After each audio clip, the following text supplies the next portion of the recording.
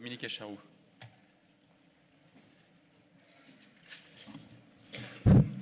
Oui, Monsieur le Président, chers collègues, effectivement, dans le cadre du schéma directeur immobilier qu'on a fait il y a quelques années, l'évidence, c'était la bonne, celle dont on parle ce matin, d'être plutôt propriétaire que locataire.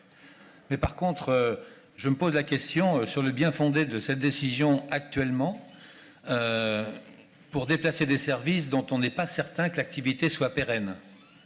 Si nous étions certains que l'activité est pérenne, c'est sûrement une bonne décision.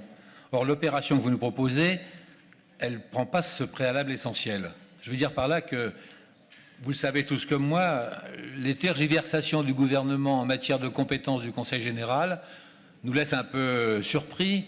Un coup on avance, un coup on recule. Est-ce qu'on va supprimer le département? Qu'est-ce qui va partir à la région? Qu'est-ce qui va partir aux communautés de communes, etc., etc. Donc je pense que, vu ce manque de lisibilité, il serait peut-être prudent de différer ce rapport ou de le présenter plus tard lorsqu'on sera rassuré sur l'avenir de l'Essonne, du Conseil général de l'Essonne, du Conseil départemental. D'autant plus que, comme M. Fournier l'a dit, c'est un temps de retour sur 10 ans.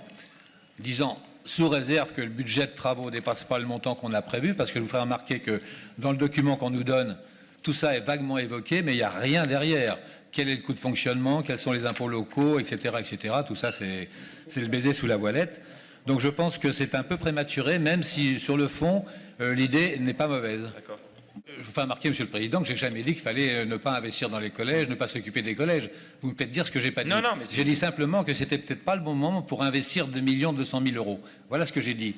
En même temps, je suis un peu surpris de votre béatitude devant la certitude du département, du gouvernement, parce que franchement, il n'y a pas un Français qui a la certitude que ce que dit le gouvernement aujourd'hui, il ne dira pas le contraire le lendemain et le surcontraire le surlendemain.